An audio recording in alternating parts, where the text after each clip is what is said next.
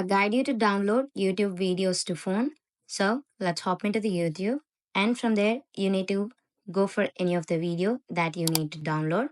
Let's say I'm going for this, and now you can scroll to find the download option, and from here you can download that through the quality that they have suggested, or otherwise if you need the high quality you can go for unlimited downloads from the premium.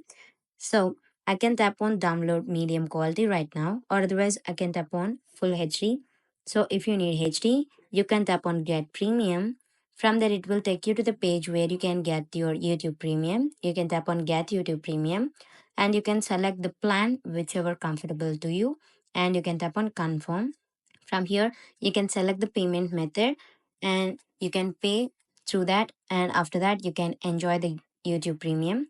So if you don't need that, you can tap on download, and you can tap on low or medium quality, and you can tap on download, and you could see that will be downloaded. And after that, I can tap on my profile. I can scroll to find the downloads. Here I can find that specific downloaded video. This is how you download YouTube videos to phone. Thank you.